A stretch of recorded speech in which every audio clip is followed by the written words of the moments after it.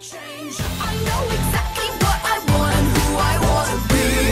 I know exactly why I walk and talk like a machine. I'm now becoming my own self-fulfilled prophecy. Oh, oh no, oh no, oh no, oh. One track mind.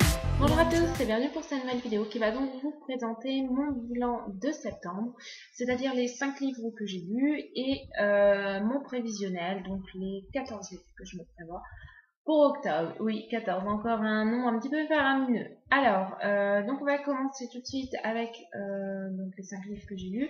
Juste un petit peu avant, je suis désolée, j'ai allumé les lumières parce que la luminosité est vraiment pas top. C'est vrai que bon, on est en automne, à 19h il fait un peu nuit.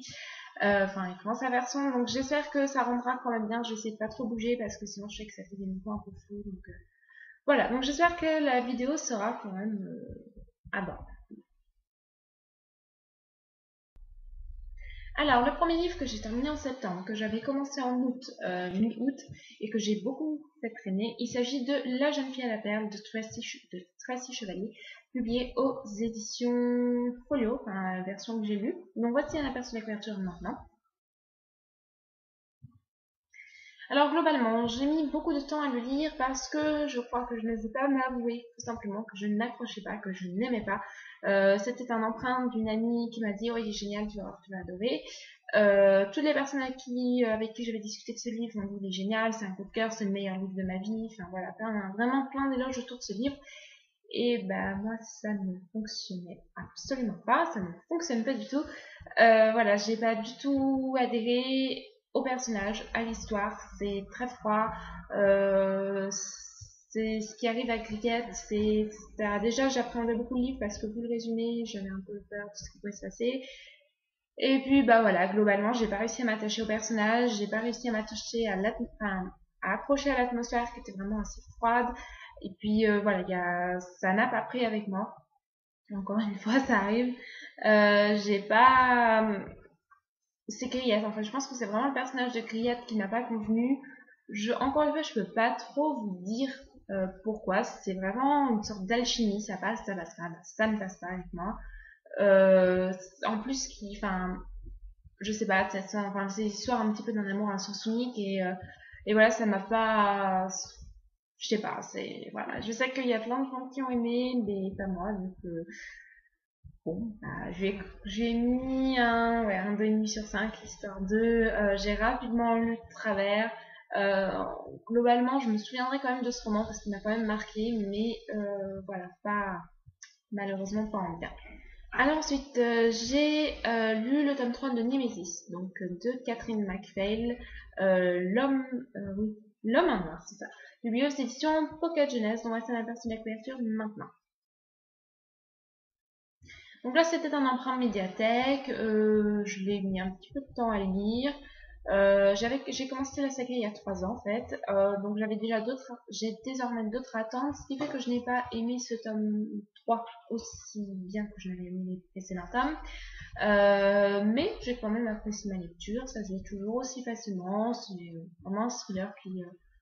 voilà, mais c'est un côté assez enfantin, c'est simpliste, enfin pas simpliste, un côté vraiment simple, plus destiné à un public plus jeune. Et voilà, je suis pas une grande fan des thrillers, mais j'aime bien quand un thriller est beaucoup plus palpitant que ça, un petit peu plus compliqué que ça. Mais après, voilà, c'était quand même vraiment sympa, j'étais accrochée au livre, même si j'ai mis beaucoup de temps à le lire, voilà, ça m'a quand même bien plu.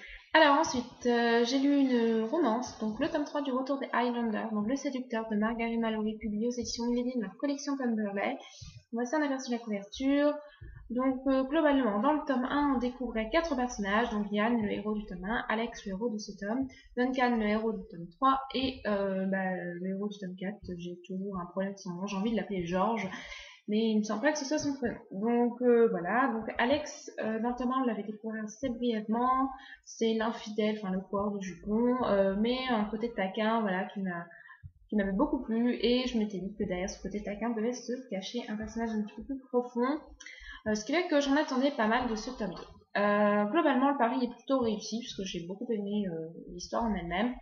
Malheureusement, il y a aussi un petit côté qui m'a un petit peu énervée. Donc déjà il y a ces longueurs. J'ai trouvé que le livre se rallongeait en longueur et du coup il y a un moment je me suis un petit peu ennuyée, voilà, quelques longueurs.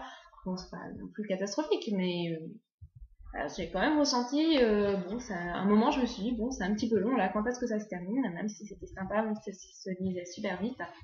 Et puis, ce qui m'a énervé, c'est le personnage en même d'Alex et de Glynis et la relation qu'il y a entre eux.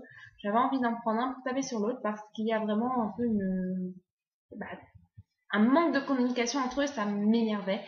Du point de vue extérieur, en fait, je me disais, mais c'est pas possible, vous pourriez pas juste parler, ça réglerait la situation.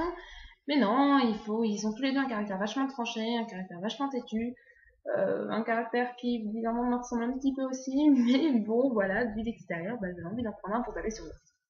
À un certain moment. Bon, c'est à moitié un défaut, à moitié un côté positif, mais moi je l'ai plus vu comme ça m'a plus énervé en négatif que énervé en bien. Voilà. Donc, mais autrement, j'ai vraiment beaucoup aimé, ça se lit très vite, c'est super prenant, et je vais lire donc avec hâte le tome 3, que j'apprends un petit peu parce que j'y a quand même Arcalia, voilà, qui a arrêté la saga Alphas tome 3. Je me dis, oulala, moi j'en attends un petit peu beaucoup parce que j'aime beaucoup le personnage de Duncan. Et puis heureusement, j'ai vu aussi des avis quand même positifs de ce tome 3, donc voilà, j'espère en tout cas que ce tome 3 me plaira au moins aussi bien que le tome 2, même si je mets un 3,5 sur 5 au tome 2. Voilà, c'est quand même un 3,5, ouais, c'est ça. L'avant-dernier livre que j'ai lu et dont je vous parlais dans mon dernier C'est lundi, donc je vais être très brève. Il s'agit du Dernier Hôte de Charlotte Bousquet, publié aux éditions Rajoute dans la collection Thriller. Globalement, je suis déçue parce que sûrement une part de moi avait mis encore une fois la barre un petit peu trop haute. Je dis encore une fois parce que j'ai lu Point idéal aussi de cet auteur et que ça m'a fait un petit peu cette même impression, cet avis que voilà, le roman n'est pas à la hauteur de ce que peut faire l'auteur habituellement. Donc voilà, il y a déjà de ça, j'en attendais trop du roman. Et deuxièmement, j'ai pas réussi à accrocher dans l'univers. J'ai pas été plus que ça touchée par les personnages. Même si j'ai quand même eu des moments où mon cœur se serrait, où voilà, l'auteur n'allait pas tendre avec ses personnages. Donc elle leur fait un petit peu l'effet morflé, c'est le cas de le dire. Et du coup voilà, j'avais quand même un petit peu pitié d'eux, mais globalement c'est pas un avis très positif que j'ai. C'est plutôt une déception. Tout n'est pas négatif, loin de là, il y a vraiment de très bonnes idées, c'est quand même prenant. Mais je suis quand même déçue parce qu'encore une fois, j'avais sûrement mis la barre beaucoup trop haute.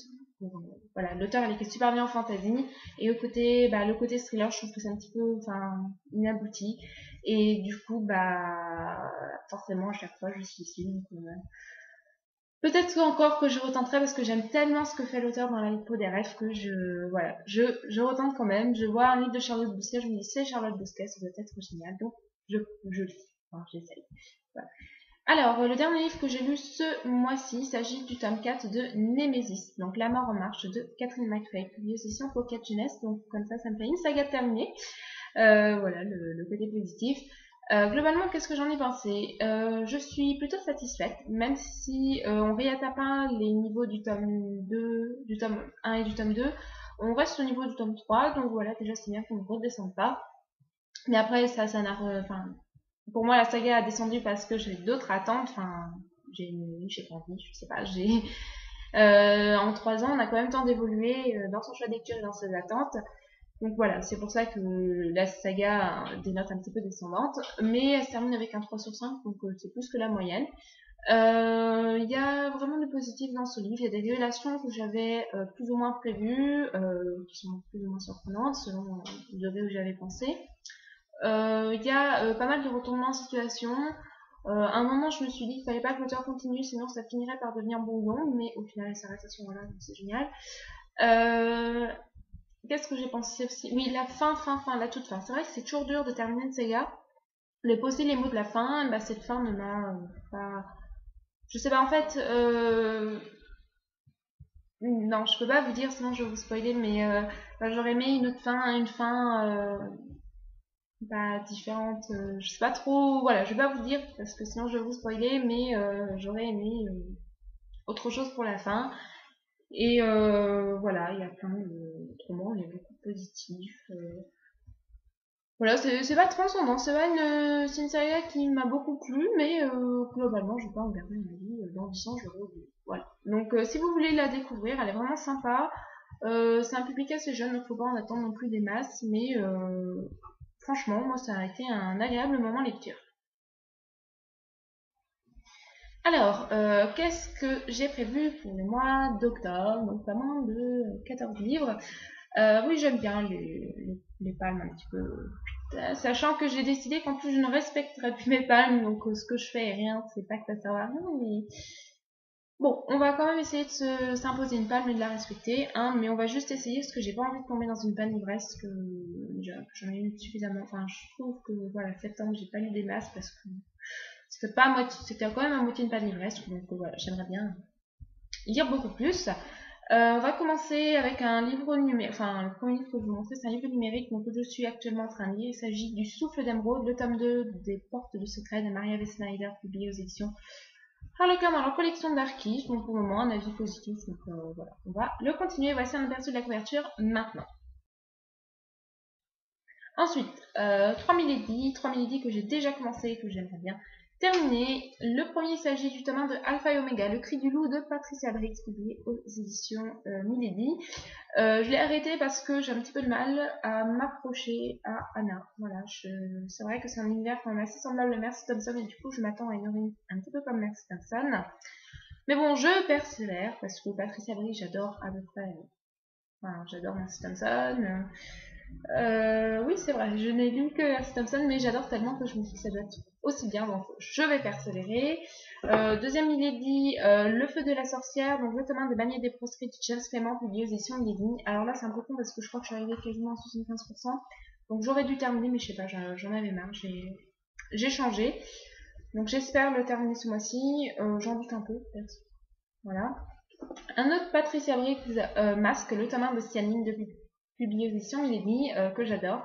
Pourquoi j'ai arrêté? Bah, je ne sais pas, mais j'ai arrêté au chapitre 5, 171 pages. J'espère vraiment pouvoir le recommencer parce que ça se dit super vite et c'est vraiment super agréable à lire. Donc voilà, j'espère avoir le temps. Ensuite, lecture VO que je désespère un peu de finir parce que en fait je ne prends pas le temps de la lire tout simplement. Le tome 1 de la saga A Covenant, Half-Blood de Jennifer L. Armentrout, publié aux éditions Spencer Hill. Le livre est un petit peu ondulé là, c'est bizarre, mais bon, il va se réaplatir, hein. Ensuite, on continue avec le tome 2 de Francesca, La trahison des Borgia de Sarah Poole, publié aux éditions MA, qui est actuellement ma lecture en cours, et que je pense et que j'espère surtout avoir terminé pour la fin de la semaine. Depuis le temps, j'aimerais bien reprendre aussi la 5e vague de Rick Yancey, publié aux éditions Robert Laffont de leur collection R, je bégaye, désolée. Là, j'ai arrêté à une 50aine de pages parce que j'étais dans ma vague un petit peu jolie, 50 pages et j'arrête les livres. Mais mine de rien, j'étais quand même assez prise, donc voilà, j'espère pouvoir le terminer très rapidement. J'aimerais beaucoup lire parce que c'est un respect le journal infirme de Clara Muller de Karim Madani, publié aux éditions Sarbacane dans la collection Exprime. Bon, ça a l'air space, mais voilà, je sais pas, ce livre m'a toujours attiré, donc j'ai été très contente quand ils l'ont proposé. Lecture scolaire, Le suicide de Émile Durkheim, publié aux éditions Puff. Alors, je ne sais pas si je le lirai vraiment consciencieusement, si je le lis de travers. Il est très probable que je lise de travers, parce qu'on m'a dit qu'il était très ennuyeux, alors que le prof le décrit comme un roman super marrant. Déjà, rien qu'avec le titre, c'est un peu glauque. Ensuite, un SP aussi, Le bonheur en 5 lettres de Pascal Perrier, publié aux éditions L'Archipel dans la collection Galapagos. Alors, c'est un pseudo tome 2, je vais me renseigner s'il y a besoin d'avoir lu le tome 1, qui est Le bonheur en 5 lettres. Voilà, qui m'avait déjà attiré. Donc je vais voir s'il faut l'avoir lu avant. S'il faut, je vais essayer de me le procurer très rapidement. L'appel de Satan de Jean Vigne, publié aux éditions Pavillon Noir, qui m'a été envoyé par l'auteur. Ma mère l'a lu, elle l'a adoré, donc j'espère le lire aussi rapidement qu'elle, parce qu'une fois rentrée dedans, elle ne pouvait plus décrocher. Une planète dans la tête de Sally Gardner, donc publié aux éditions Gallimard, qui est donc paru le 26 septembre. J'ai pas eu le temps de lire avant. Je pense qu'il va se lire assez rapidement. J'ai absolument lu aucun avis sur ce livre parce que, ou alors si j'en ai lu, j'ai oublié. Mais je voulais pas du tout être influencée. Donc voilà, je ne sais pas si je vais aimer, si je ne vais pas aimer. J'ai lu en tout cas aucun avis. mais tant mieux. Donc ça c'est pour les SP, du coup j'ai quand même plus 4 SP, c'est pas mal. 2 emprunts médiathèques qu'il va falloir que je rende, donc j'aimerais bien les lire avant, tant qu'à faire. Le tome 1 de Cabaret ingénu de Gillian Martin, publié aux éditions Bayard Jeunesse, qui est prévu pour cette semaine, à voir si j'ai le temps. Et pas le tome 1, un tome unique, Hate List de Jennifer Brown, publié aux éditions Alain Michel dans la collection Wiz, dont j'ai énormément entendu de bien. Je prépare les mouchoirs. Voilà. Donc voilà pour ma palme d'octobre. J'espère en lire au moins la moitié, que j'ai pas fait ça pour rien. Ce que je ne pense qu'il ne sera pas lu, ce sera les Milady, le livre VO. Disons que les derniers, à part la 5e vague, les derniers livres que je vous ai présentés, je pense qu'ils sont lus. Mais je pense seulement. Donc voilà. Donc je vous fais tous de gros bisous. Je vais voir si je tourne la vidéo IMM de septembre. Je pense le faire. Si je le fais, ce sera certainement demain matin. Donc voilà. Donc vous aurez peut-être une autre vidéo demain. Voilà, je vous fais tous de gros bisous et je vous dis demain normalement et à lundi si la vidéo IMM ne vous intéresse pas. Bisous bisous.